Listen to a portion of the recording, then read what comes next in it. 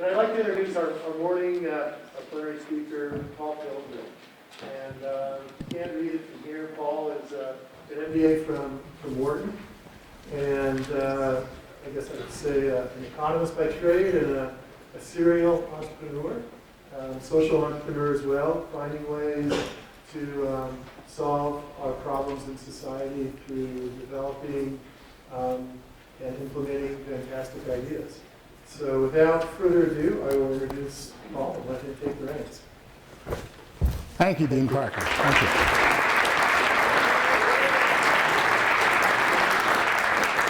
Well, thank you all very much for coming out this morning. I usually speak about only subjects, economics, what's going on in one area of the world or a segment of industry.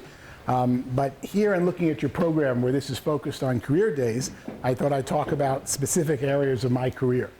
It's interesting because I've never talked about the things that really shaped my career, which were my failures, not my successes. I learned at a young age that people who invest money, or seem to have money, I had none growing up as a child of immigrants, want to invest with deities. That means people who haven't made mistakes like they did. So they only invest in you when you're successful and more successful, and you can't talk about how you failed here and failed here and failed here. And yet I think my best lessons and the things I want to impart today are things I usually don't talk about, which are the things that didn't work out and how I turned them around. And those are the lessons where we really only learn by our mistakes. When we think we've learned something without making a mistake, we're just lucky. We think we know it. It's only when we slip up that we learn the right way. So specifically, while my career reads like a... They can't hear you until you talk to the microphone. Oh, this isn't on? Handheld. Oh. It's not working. Look at it in your handheld. Okay. So in my career, excuse me, they're getting me a better microphone. In my career, which looks like I was successful and went to these great schools, the truth is I had all kinds of emotional problems in high school, and I graduated in the bottom third of a public high school in New York that only the top half went to college. I then got into a good undergrad school because my brother was there doing very well, and they mistakenly thought, alumni brother must do well. I then proved the pundits right. My first semester at a top engineering school, I ended up getting a C, a D, a withdrew F, and 2 regular Fs. And at that point, I knew that if I was ever going to be famous and successful, my C was in economics, so the only thing I could do was become a world-famous economist. It was my best subject. I moved on from that, and then I got a call at the end of freshman semester from the dean of students. And the dean calls me in, and I said, look, relax, I'm moving up the withdrawer F to an F. I'm getting these removed from my record. I'll get D's, C's, don't worry about me. And he said, my worry about you is not your grades. My worry is your life. You have a number 3 draft deferment number. They had just ended college deferments. And unless I graduated from a freshman to sophomore within a year, meaning 8 courses finished for the freshman year, 4 per semester, I would be considered a freshman 3rd semester in my sophomore year. And if I did that, I would immediately lose my draft deferment and end up in a foxhole in Vietnam where the Americans who were really fighting were very upset at college students who all got deferments then. And they pushed them to the front line. It was not a good situation. So that's when I really panicked and said, this is now life-threatening, no joke intended. What am I going to do? And that's when I sat down and said, how could I possibly pass 6 courses the second semester when I only passed 2 or 3 the first semester? And that's when I discovered what I call one of my first laws of success. But when I number these in order, and I'll go through a few, they're not necessarily first, second, third. They're all important. So I'm going to ask you for a moment a question. We'll limber up. I'm going to ask you to shout out an answer. And it's the first number that comes to your mind. Please, I know you're all great in math and can calculate the answer. I don't want you to calculate. I'm going to ask a question, and I want you immediately, get ready to yell out the number that comes to your mind. I learn each time I ask this. Now, quickly, how many hours are there in a week? Interesting, isn't it? Notice, most people, particularly if you come from a working background and you read the paper, think there's 40 hours in a week. And then they think, oh no, you sleep 80 hours in a week. So when I sat down to say, I'm going to take this class Monday at 8 o'clock, this class at 9 o'clock, then I'm going to have a study session for 2 hours here, and when I go to the library, this isn't like look at all the people and procrastinate. This is, I got 2 hours at tough to study for this class. And then I found out that classes in college only require 3 hours of class time. An entire semester is 3 hours a week. And then you have homework and reading assignments, but if you really listen in those 3 hours, and you're only trying to get B's or C's, not A's, you don't have to do any assignments. You just have to listen to what the professor says, and you can get through it and spit it back on a test. So I took some classes pass-fail. Net, I found out there were 168 hours in a week. That's unbelievable. And if you stop procrastinating, you can quickly manage your time. So the second semester, I took 10 classes hoping to drop 2 to finish 8 or 7. I got straight A's in 10 classes. The next 4 semesters, I got straight A's taking 10, and I graduated not with 120 credits, with 138 credits in 2.5 years, including the half year I messed up. And that was one of the first things I discovered, my capacity for work with scheduling when you stop procrastinating. I later went to Wharton Graduate Business School, did the MBA in 1 year. It's normally a 2-year program. And again, learned that I could double anything. So the first law of success was that most people didn't know is most people think there's 40 hours in a week. You will devastate them if you want to compete if you know there's 168 and can schedule yourself. The second area that I really learned after that was big success, and it was painful to learn this. This was the 10-year learning experience, is in my last year at Lehigh, which I was technically a junior or a sophomore, but I had enough credits and graduated.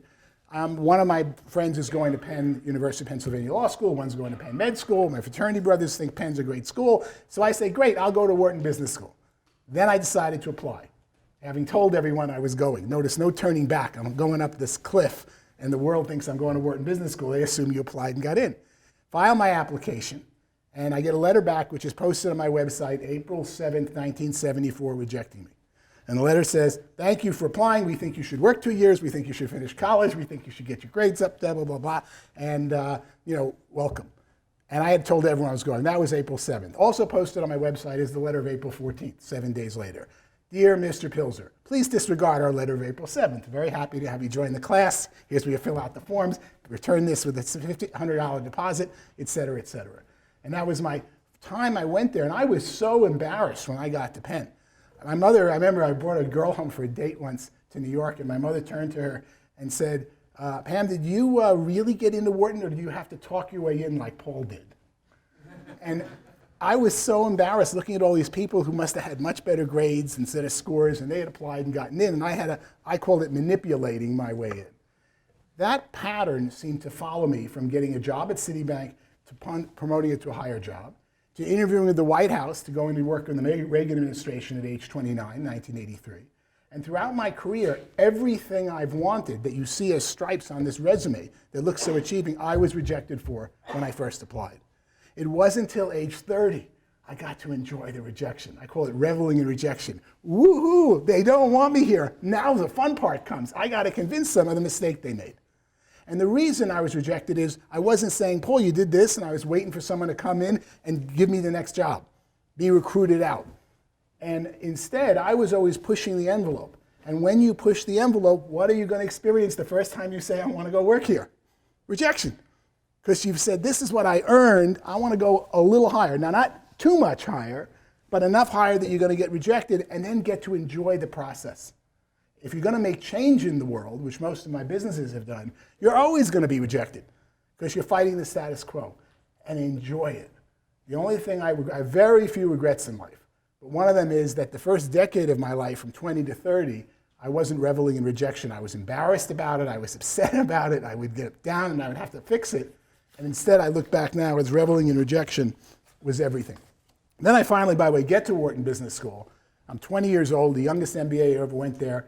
And first day of class, I will go, I don't want to be here. Get me out of this place. I go into class. Do we have a handheld mic coming? Can you guys hear me okay? I want to make sure. I go into class, and my professor opens up the class with, we hear from macroeconomics. Economics, I can hear his words, is the study of scarcity. There's a limited supply out there of scarce physical resources. In those days, oil, land, minerals, labor, land, and how we divide them up among ourselves, be it communism, which was more than half of the world lived under communism then. And remember, communism wasn't they conquered people. The people voluntarily voted in communism. The other half, 3/4 of the world lived under communism then, from Red China to Soviet Russia. In the US, we debated openly socialist systems, whether that's the right way. And here comes this professor say, whatever ism you want to call it, economics is the study of the distribution of scarce resources, be it communism, capitalism, socialism, whatever you want. And I listened to this guy and I went, what am I doing here in business school? To me, life is about great abundance. My parents got out of Eastern Europe. Instead of looking at all our relatives who died in concentration camps, I was brought up with how lucky we were that we were alive. Later, when I married my wife didn't meet her father till he was in a North Vietnamese prison camp for 5 years. And she was 5 years old living in a refugee camp in Malaysia. And our life in America was abundance, abundance, abundance. And then we moved to our own house in Long Island. We didn't kick someone out of their house, scarcity. A developer took a farm, took down the farmhouse, and built 12 little homes on lots, 24 little homes. And each person bought a home without taking from someone else. And this professor in this school I was going to was first teaching me scarcity in economics. Then I get to marketing, and marketing is about brand switching, how to take someone from buying this brand of soap to that brand of soap. And then I got into, after marketing, into finance. And finance was the stupidest thing I ever heard of. It was how do we determine the price of the stock tomorrow? And I go, but that's already an issued stock. It came out 2 years ago. Who cares what the price is tomorrow? Tell me about what companies want to build new plants to feed people and house people and how we can finance them. Tell me how consumers can finance new homes who never dreamed of buying a home before and how we can securitize that mortgage. That was growth. But most of my classmates at Wharton were focusing on beating the guy next to them and beating them in finance, marketing. It wasn't about abundance. I didn't have what I called my own theory of economics then. Thank you. I didn't have my own theory of economics back then. So in age 20, I had to shut up, be a good student. Is this on? Everyone can hear me? Okay. At age 20, I didn't have my own theory. But I knew the theory of economics based on scarcity was wrong from what I had experienced. And to be honest and talk frankly, my professor didn't just upset my logical thought process as a scientist and engineer, he upset my religion. My religion would not allow a higher deity to create a fixed supply of resources, population growing in a Ricardo Malthusian way, and less for everyone there, and watch the people fight over it. The deity I believed in would give us tools and technology to grow the pie and grow so everyone could share, not divide up scarce resources. It took me 15 years to develop my own theory of economics, and it's the central equation of my career, which is W, wealth, for an individual or society, equals physical resources times technology. Wealth equals physical resources times technology. Think of W equals P times T. Now, what's so new about this? Throughout history, till your lifetime, T was a constant. You were born or died in the Iron Age, the Bronze Age, the Stone Age. Notice we define the ages not by the P, the land, but by the technology. But you died in that age, and the only way to get rich was kill the people next door and take their farmland, or their oil, or their minerals, which is so useless today. Because today, wealth equals physical resources times technology, but T is no longer a constant over a single lifetime. You are here today, you are attending this university in order to increase your T. You just accept it because you've grown up with it. But your parents and the people who grew up with a fixed technology always think you get richer by starting a war and taking the land of someone next door, or taxing them because they've earned more than you or less than you. So I developed my own theory of economics, was very successful at it, became Sam Walton, who is the founder of Walmart, then the richest man in the world, wrote me letters about it. All this is on my website. I've had an amazing, amazing career as an economist. And I really look at economics as God-inspired. When I stand at a Walmart, as I often do, and watch the checkout counter and watch someone put the things back that they can't afford because the poor woman's got $62 this week, or she's matching the food stamps to the food, I think of Sam Walton. Sam Walton went out to build a better store dedicated to what's the theme of Walmart? Lower prices. What else? Lower prices, lower prices. 125 million people a week in just the United States shop in Walmart. There's 28,000 stores. You have to think of that number. And Sam never got to see all these stores open. And Sam became the richest man in the world, finding ways to feed and house and serve the poorest people in the world. There's something really beautiful. There's something really beautiful about a system that you become not rich, but the richest person in the world by taking care of the people who need the most. And when a Walmart opens, it lowers the grocery store price, average community, by 40%. Think of that statement. Show me a bunch of grocery stores. When Walmart comes into the market, the prices drop 40%. You know what that means to a household of somebody buying shoes or buying any kind of item. And you see it not just in Sam Walton, but go through any of the billionaires today. At the end of the line, what they're doing is producing products and services that serve the poorer people in the world. And there's something that I see very, whatever you want to call your deity, inspired by that. And I just love economics because I see economics as something that serves more and more people. Adam Smith, one of the founders of our modern economic theories, talked about the invisible hand. And as a leading scientist in an area in London that they didn't talk about it, he clearly meant God in the invisible hand, but didn't say it that way. And there's something so exciting to me whenever I have strawberries this morning for breakfast, and I think of the 200 people in the chain of supply, from a woman picking those strawberries in Indonesia to the plane that flew them over here to distributing them, and everybody's going after their own career, taking care of their own family, and the more they serve other people, the more money they work. And we certainly have kinks in our economic system, which is why we have governments and politicians, but at an unbelievable level, economics to me is amazing. And in my own experience, when I think back to my father escaping Russia, I think back to my wife's family escaping North Vietnamese prison camp, and I look at these run by originally Red Chinese and Soviet Russians. And today, my books are bestsellers on the counters in Red China, or now in Communist China, and in Russia.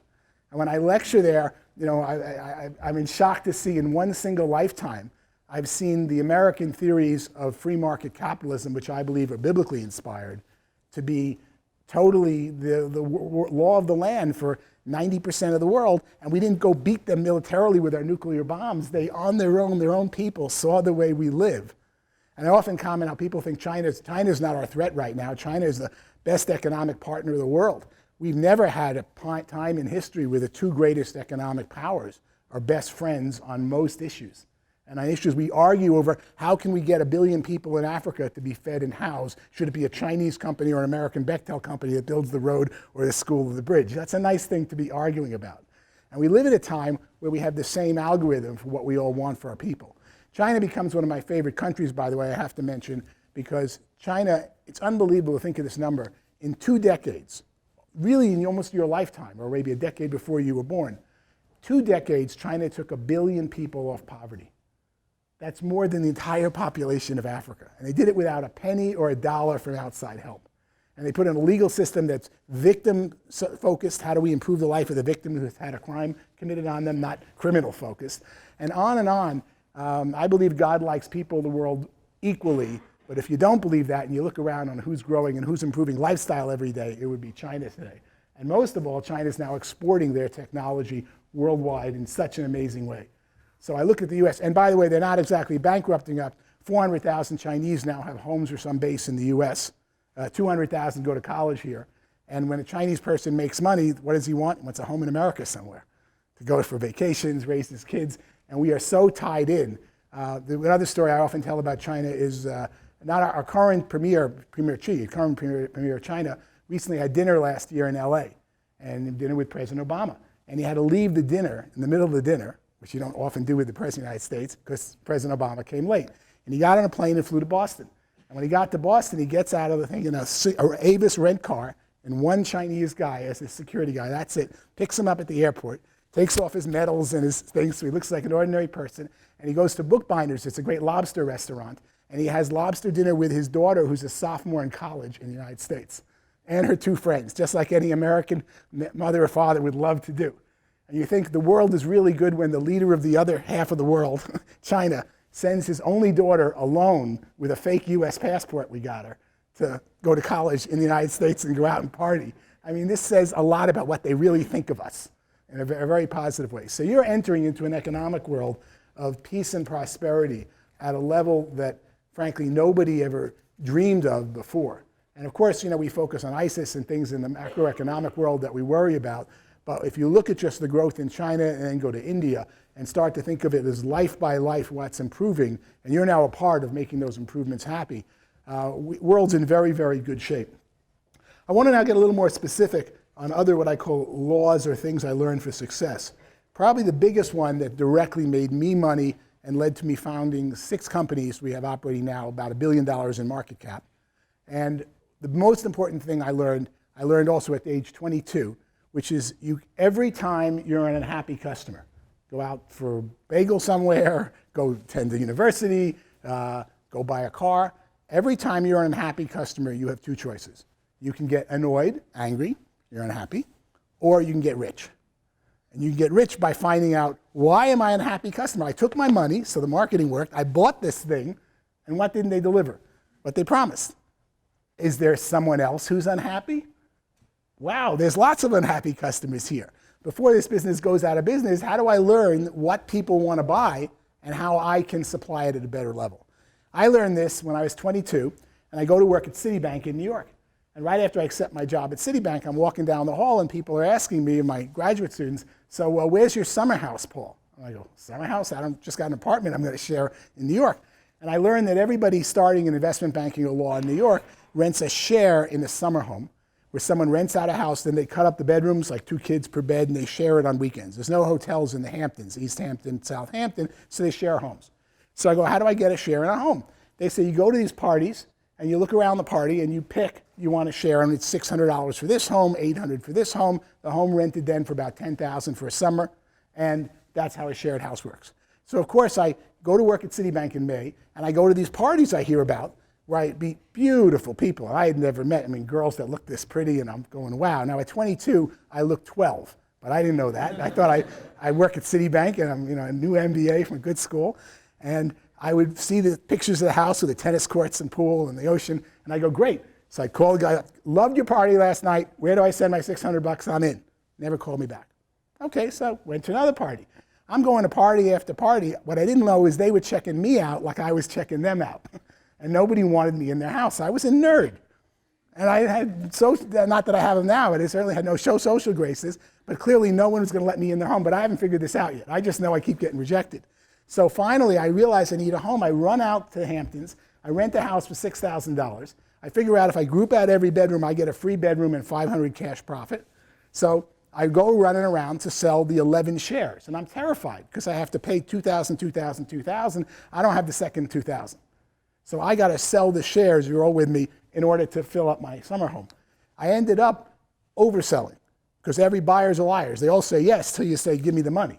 Then finally I say, give me the money, and I collect not 12 shares, 11 shares plus me is 12 for the house. I got 24 shares sold. I oversold.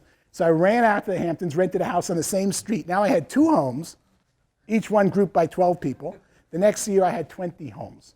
And I had found a scalable model that when I went up to Harvard Business School to recruit for Citibank, I would give the guy the offer. He'd say, thank you. I'm a 1-year associate at Citibank. And then I go, you have a summer home? He goes, well, I guess I need one, don't I? I'm coming to New York. I say, great, here's the home, pool, tennis court. You can have it for free. What's the catch? You have to fill it up with 12 other Harvard MBAs who are going to pay the money for the home. So I had a scalable model now with a manager. And little did I know back then that that was going to be the beginning of my business success, whether it be as a working at Citibank when the vendors, be it law firm, software firm, whatever, didn't supply me the product, I saw a business opportunity.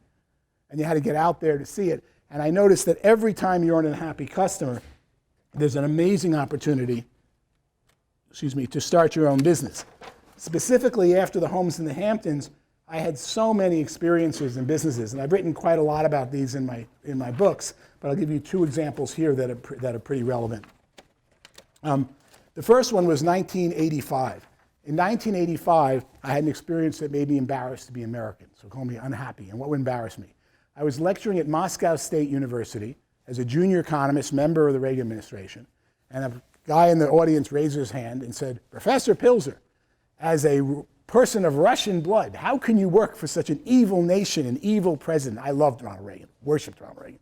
How can you work for this evil President Reagan? I go, you want to talk about Afghanistan? You want to talk about Nicaragua? What's evil here? And he says, how can you work for someone that I'm told in America, said the Russian economist, that if you have a job and you lose your job, even if it's not your fault, because they stopped making the airplane part or the company went out of business, to punish you, they take away your health insurance from you, your spouse, and your children, even if your wife's pregnant. I looked at him like he was crazy. I mean, I had free health care when I worked at Citibank I didn't think of. I had health care when I worked in the White House. I never got sick, but if I got sick, I knew there was an annual checkup someone paid for. I get home and I found out he was totally right. And later that year, I testified before Congress in November about the immorality of having health insurance you lose when you lose your job, and that health insurance needs to be portable and funded by employers. But it was just an academic subject for me, till 1999. 1999, I serve on the board of one of the largest firms in Wall Street, and the board of directors had given me, as part of my comp for the board, 25 grand a year plus health insurance. Well, what happened? I legally moved to Utah. My wife was pregnant with our first child. We have 4 since then, all born here. And I find out that because of my legal move, the company doesn't have coverage in Utah, and I wasn't supposed to get coverage anyway because I was a director, not an employee. Lisa's pregnant. I do the math, and I figure out this is pretty nasty. If the kid is born in any way premature, it's 60 grand a day. Times 60 days is 3.6 million. And I literally, being an economist, took 3.6 million liquid, moved it in an account, thinking we might have to pay for this kid. Kid's born fine, no problems. But then I said, a lot of people have premature babies. What happens? And I found out that of the 2 million bankruptcies filed a year, 1 million of them are college grads earning 100 grand or more per year, because those are the people who have something to protect, who have some kind of glitch in their health insurance when a child gets sick or they get sick. It's more the family member. And I got very upset about this, and I started a health insurance company to do portable health insurance funded by employers tax-free, but you pick your own health insurance. Messy business. Got into it in 99, formed a company, Extend Health, in 2002, changed the government regulations to make us legal. And that company had a lot of, let's call it, controversy. Towers Watson's the largest group health insurance supplier in the world. They called me a criminal. They said it's horrible because it was hard to get health insurance individually. My company just said, go get it through your spouse or someone else, and your employer can now fund it tax-free. We ended up filing an IPO to raise $30 million on that company, Extend Health, here in Utah, at a $300 million value about a year and a half ago, 2 years ago. Unfortunately, or fortunately, we never got to the IPO stage. A week before, Towers Watson, the company calling me a criminal, bought every share of the company, $435 million. About 40 Utahns, kids under 30, got nice pieces of that. One got $10 million at age 30. I'm very proud of that exit. And that was Extend Health. But the real fun business now is Zane Benefits. The IP of that company is in a company called Zane Benefits that's become the Uber of health benefits. And that's what we're called. We're on the front page of the New York Times this year. In fact, Zane Benefits was featured with my picture on the front page of the Wall Street Journal a few years ago. And the journal said, if Professor Pilzer succeeds in giving people their own money from work to buy their own health insurance, he won't just change health insurance, he'll change health care. Because people will now match health care to their moral choices and the things they do or don't want covered. You're not going to want alcohol counseling if you don't drink alcohol. Why should you pay for that? And the ability to choose your options like you choose your retirement. It's very exciting. And all of my experience in healthcare, I've since written 4 books on preventative medicine and health insurance. One of them is out now as the top book on Obamacare. But underlying all of this is I was an unhappy customer experiencing a loss in my health insurance. Fortunately, I could have afforded it at the time, but I was able to experience the pain and then start a company. The third area I'll talk about in starting a business was Zaniac. And there really are dozens of these because my students and people who have worked for me have spun off to do various businesses. There's quite a long list. But Zaniac, which is my current love, and by I say current, in most of my companies I'm the chairman, major stockholder, but I'm not the CEO of more than one at a time. And I'm CEO of Zaniac. Zaniac, as you probably know, is on Sugar House right here. There's one in Park City, and there's now a Zaniac open. This past year we just opened 10 from Boston, Greenwich, Manhattan, Miami. We opened a big store in LA last week. And so I get to fly around the country like Sam Walton did and with my wife and cut the ribbons. What's Zaniac? Zaniac got me real upset because I have 4 young children. They were all in the same public elementary school here in Utah, and they were having challenges in math. Challenges because what happens is math is 80 concepts, Common Core math, kindergarten through 8th grade. And they would either give my child math they didn't know, which is okay, they'll learn something, or give them concepts they already know, which would bore them to tears. And if you take a standard math book called 3rd grade math, half the kids know half of it, half the kids know a different half. And how's the teacher supposed to teach concepts? What we clearly need is a diagnostic that goes through the 80 concepts, finds out you don't know how to multiply fractions with decimal denominators. That's a concept. So we assess for that and then produce a custom workbook of just that. I had to spend my own money, hire 12 mostly doctorate students here at the U. Took us 2 years, and we wrote 12,000 math problems, categorized them all, put them in a software model called LaTeX that we can diagnose a kid's concepts. You show me a kid with a 780 math SAT, maybe some of you, I'll show you a kid that missed the concept in 5th grade and never got that concept. But you don't know that because they give you the whole math at once. And if they would go through part by part what you don't know, we could revolutionize that. So I ended up building a math curriculum. We called the company Zane Prep and launched that in public schools, launched that with direct distribution. Then my wife, who's an entrepreneur sitting back there, got involved with Planet Fitness. So we became a franchisee for half of Utah of Planet Fitness gyms. Planet to me is one of the businesses I'm so proud of. We have 8.7 million members nationally. I'm connected with the parent company, which just went public this past August. My wife is the franchisee for half of Utah. And 8.7 million people pay us $10 a month, quit anytime. And it's a bigger, brighter gym than you'd find anywhere, as opposed to $50 a month with a contract they sue you for because you didn't come in anytime. So I'm very proud of Planet. And what we did was took the technology of Planet Fitness retail and applied it to Zaniac. So we started building math centers called Zane Prep. Then we found out people didn't want more math. Today, Zaniac is 20% math and 80% robotics, 3D printing, fashion design, Minecraft game design. And, you know, parents figure out real quick, you can have your kid playing video games or writing video games. More fun and exciting to learn how to write video games. And it serves all levels because we diagnose what you don't know in Python programming. All our kids are kindergarten through 8th grade. All our instructors are high school seniors through college sophomores. And what we're building is an army because at each Zaniac, there's instructors who are high school students through early years of college come back every summer. And then they want a full-time job in Zaniac. Our first class, because we're only a 5-year-old company, of people graduating top schools now are seniors and want to go open Zaniacs around the world. So we're having a lot of fun with that business. Again, started because I was really furious that nobody in 20, 30 years had built a good interactive education model. And that's what really got me focused on the model that anytime you're an unhappy customer, tune into your experience, look around, say, how did I come to make the choice to buy this thing in the first place? That shows you there's demand, there's marketing, something worked. But then it wasn't delivered to your satisfaction. And look, you're really fixing the world when you do that.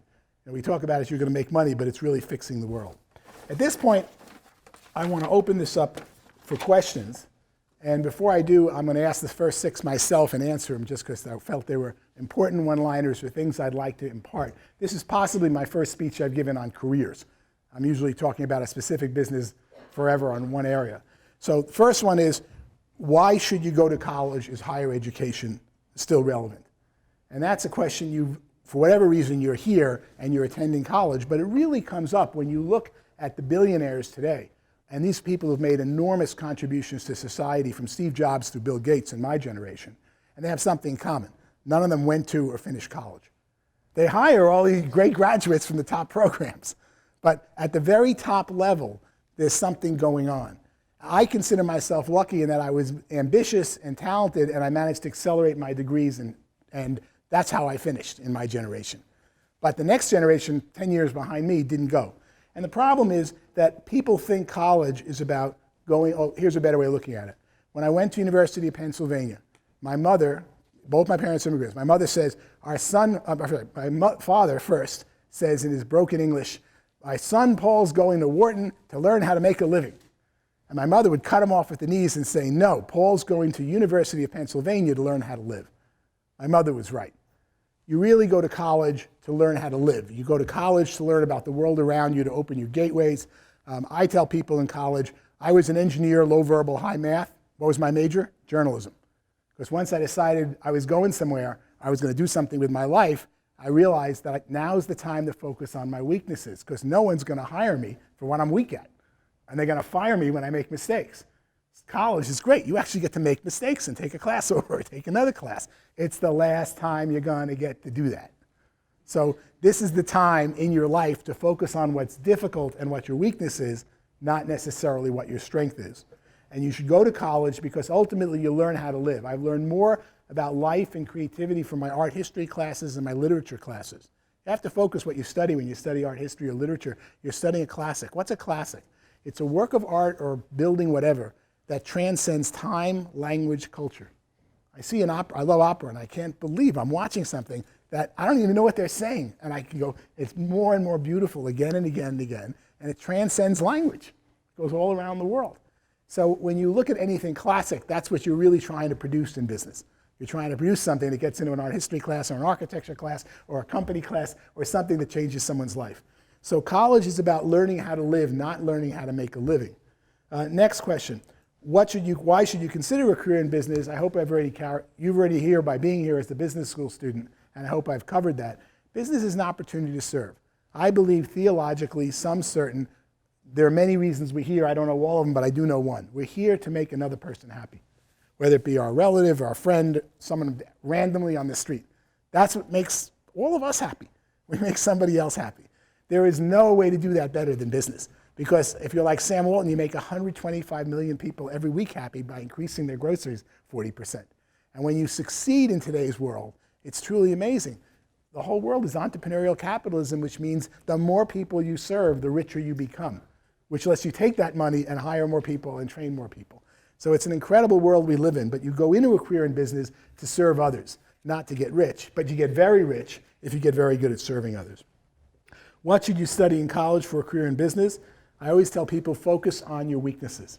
But what you really want to study in college are what I call the core items that make you. You want to learn how to present. You want to learn how to write better. You want to learn how to think faster. You don't want to learn specific, I call courses about industries that'll be obsolete by the time you get out of college. You want to increase yourself like the CPU of the computer, not the memory on the hard drive. You'll have a lot of time to learn the specific pieces. And I can't stress enough my father's advice to me, which was, and I told him writing was so hard, he said, then you should major in it. I mean, I thought he was crazy. And journalism proved my most important item. I remember at Citibank being taken to a meeting in Washington, and I'm going down with the president of Citibank in this meeting, and a whole staff of the president is saying, why are you taking this 22-year-old guy who just got here from school? And the president says, he types 120 words a minute. Remember, I was a journalism major. So when I take him, I get a written report an hour later. The rest of you wait till you come in and you dictate it to your machine and have your secretary transcribe it. So very quickly, I learned becoming very, very useful to your boss. I can't stress that enough. I made myself so invaluable to anybody higher level to me at Citibank, they wouldn't go to a meeting without me because they got a written report, they needed coffee, they needed the dry cleaning picked up. It was my honor to run and serve them in a good way. And very quickly, I'm the one being served. And that happens because you take pride in serving everyone else, not worrying about your own ego. And you seek an opportunity to totally serve your boss in a great way. And if you don't want to serve that person, quit. Go find somebody you respect that you really want to serve. I can't stress that enough in a positive energy attitude. How important is success in your first job? Unfortunately, I'll tell you, very. You're here almost over 4 years to do what? To get a really good first job.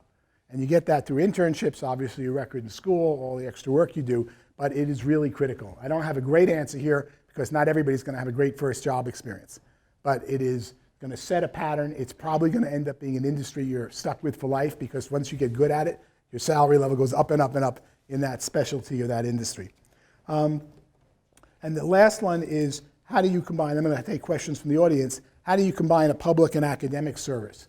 Looking back on my life, the real excitement has been obviously starting companies, businesses, writing books, taking time every few years or 2 years to write a book, and I've done 11 books, which are still around. That's really exciting, and I get to redo them and speak about them all over the world.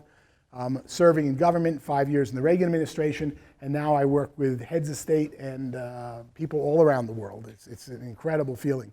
When I first got to the Soviet Union, I remember in 1983, a Soviet professor says to me, I'm giving a lecture at Moscow University as a member of the Reagan administration, and he said, it's such an honor to meet someone who works for America who's both an academic and a business people. He said, that's standard in Russia. What the communists had right, or the Soviets had right, is just like in sciences today, you didn't just study chemistry and go work. You stayed getting your PhD and you stayed on research projects in science while you also continue your academics, and they were mixed back and forth. And in business, that doesn't happen. So in my second year at Citibank, I came into my boss and resigned. He said, you can't resign. He was the CEO of Citibank, and I was his glorified secretary. I made his life easy. You can't leave. I told him I've got a job teaching at Columbia, and frankly, I make more money than you in my houses in the Hamptons, and you're president of Citibank, and I'm 23 years old. And we made a deal that I could teach at NYU, because it was right near Citibank. It was more in Midtown.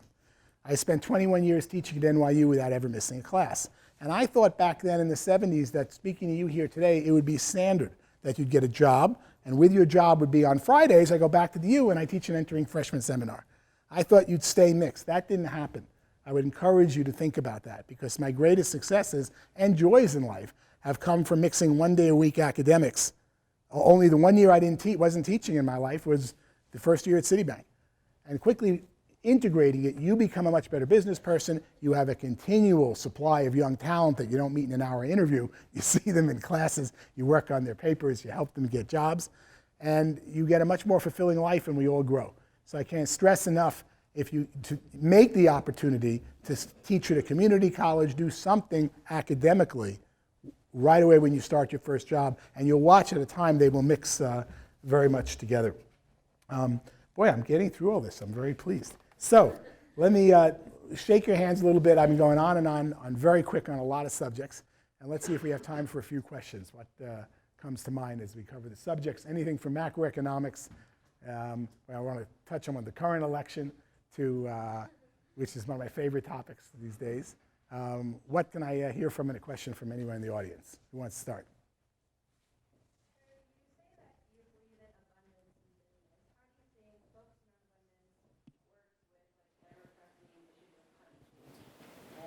Climate change is just, to me, an example of working around abundance.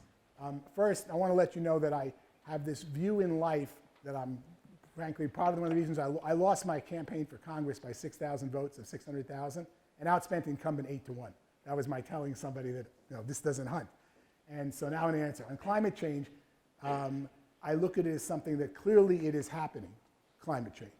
And I'm not sure we're causing it, but it is really, really happening, and we have to deal with it. And managing abundance is managing resources. In my lifetime, you couldn't go near any major river in a main city. You would literally get sick just breathing the air, let alone bathing in it. These are beaches today.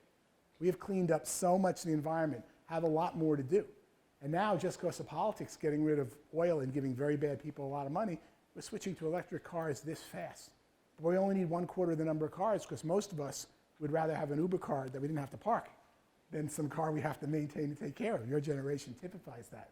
So our resources, let me define it a different way. I wrote the definitive book, Wealth Equals Physical Resources times Technology, that for 40 years has been the cornucopian economist book of the world's getting richer and richer in resources. We're not running out of anything.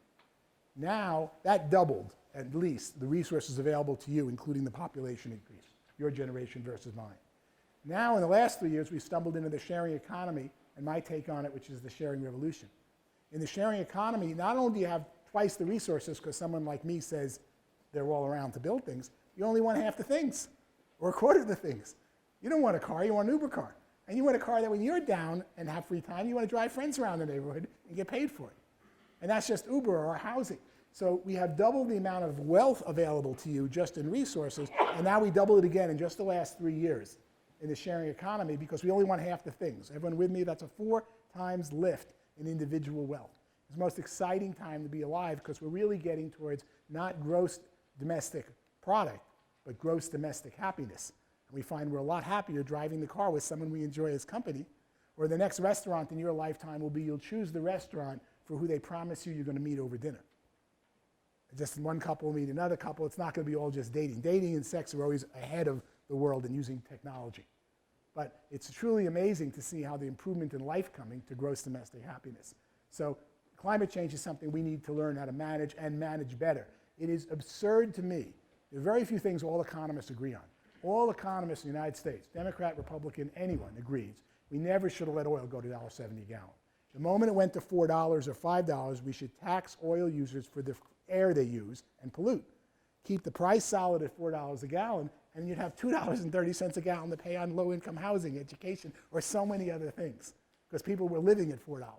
And at $1.75, they waste it like crazy, and we're not charging them for free air. So we have examples like the gasoline tax that we never put in that we need to change in order to get through climate change. More questions? Any area? Right here. How did I convince Wharton to accept me? That is an essay that's in bunches of magazines, and I just finished it detailed, where I actually had Wharton pull letters in the admissions office that I had not saved. And so April 7th, I was rejected. I panicked. Like, what am I going to do? And then I did everything you could possibly do for 7 days. First, I manipulated my way into a meeting with the director of admissions under questionable terms. Now I have a meeting 7 days later, and I don't know what I'm going to say. During the next 7 days, I did everything humanly possible, and I can't stress humanly, because prayer doesn't work to me unless you first checked all the boxes humanly. So as a mortal, I did everything possible, from going to every professor, everyone wrote me a letter, had them write, and I had no idea what I was going to say in 7 days when I was going down to Wharton, April 14th, to reverse my decision. Then I wandered in, and I didn't know this, I wandered in the president's office at my undergrad school. The president used to be the director of NASA, put a man on the moon, then retired to be president of Lehigh, a big engineering school. And I walked in to meet him. He's too busy. So the secretary says, I said, I need a letter for Wharton. She says, well, write out some stuff about yourself, and I'll let you know if he can help you. Never heard from him again. But that was just one of the, honestly, 100 things I did during those 7 days. And then I really prayed. You know, I said, I really want this, God. I mean, I over-exaggerated the importance to me, honestly. But I had done everything humanly possible. What happens? My friend, the first day at Wharton, I have to go down there now on April 14th, couple-hour drive to meet the director. I still have no idea what I'm going to tell him, other than I got this rejection. And he makes me, my roommate says, relax, Paul, come to art history class. So I go to art history class. And it's a 1-hour lecture on Juan Miró. And as I watch the lecture on the artist Miró, I'm half listening, so I'm really memorizing it. You know how you can repeat a sentence, but I'm not digesting it. I'm just there because I'm worried about my meeting at Penn in 2 hours. What happens? I get in the car and I drive down there. One, I go in the meeting. He can't meet with me. He's busy on the phone. He bought a Miró lithograph, and he wants to go see it at the library, but he has to go $1,500, which was a lot to a director of missions, and he has to go see it. And I go, oh, Miró, what litho is it? And I start reciting my 1-hour lecture I just heard an hour ago. He's so blown away that a young applicant to Wharton Business School loves Miró. I never heard of Miró before that morning. That was the first lucky break. And I was convinced. Then he takes me to lunch, and he sits there with me, and he says, this is what we need, people who know art history, not just business types, blah, blah, blah. And he literally calls in his secretary, dictates the letter. Please disregard your letter of April 7th. This is all posted. Your come acceptance. That's how I thought I got in. 2 years later, I'm visiting Penn, recruiting there from Citibank. I run into the director of missions. I go over to him. I go, you remember me? He says, of course I remember you. I had to let you into the school. I go, excuse me? He said, you're the guy that I met in the class, and I reversed the decision and let me in. And a lot of people ask me about that. I go, yeah, well, you know, I thought it was Miró and we're buddies. He said, you know what it's like to get a call from the director of NASA who put a man on the moon as a president of a major university and tell him that this morning you're meeting one of our students and you have to take him because he's a really good guy? Remember, I never met the president of the university, but he felt it was his job, and I believe it was, to get on the phone when one of his undergrad students was applying to graduate school. That's how I ended up in. But I didn't even know the true story of how I got in at the time, but the key when I write this up, and I've written it in detail, is I had done everything humanly possible. Now I can turn to a higher place and say, help me. Don't turn until you've done everything you can do and you've really put out your effort and you exhaust your resources to do that. And then you can turn to some kind of prayer. You're not going to sit on the side of the, side of the road and say, give me food, give me money. You have to earn it. I have time, I think, for one more question.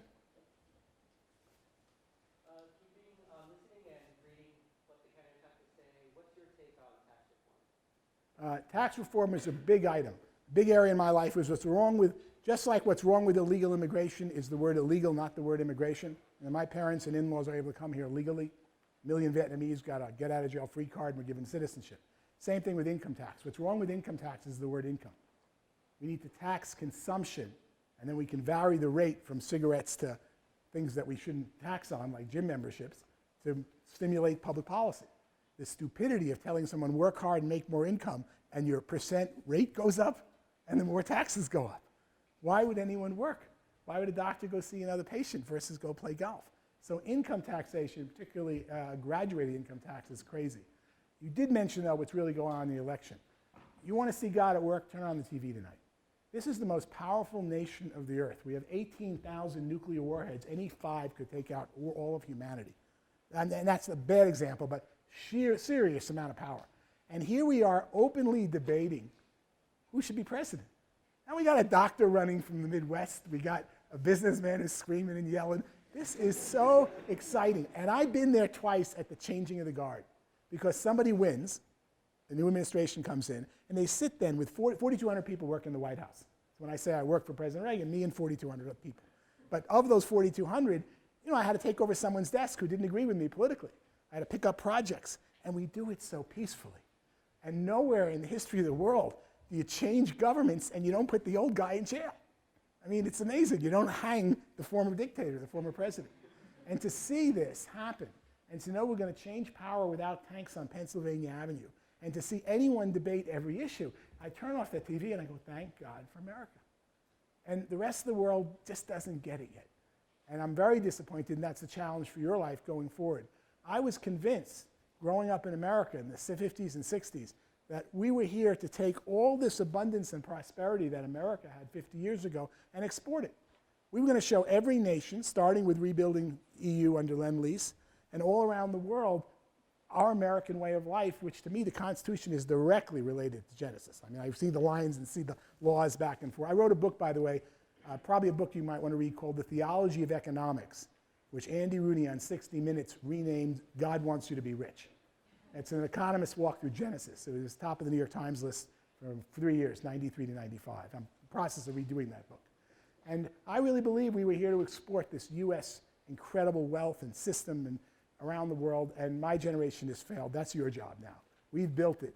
The U.S. is the envy of the whole world. I don't want the Chinese to come live here, God bless them. I want to go live in their neighborhoods. But they got to clean up their air first and a couple of things before I'd allow my kids to let me take longer than a week assignment teaching in China. And that's really the future for you. It's to look around, look at this place. This is just one city in America. Look at this building. How did this get built? Analyze it, learn it, and then figure a way to bring it to the rest of the world. That's the challenge ahead of you. As long as I'm around, I hope to help wherever I can. God bless you, all of you. It's great to see you this morning.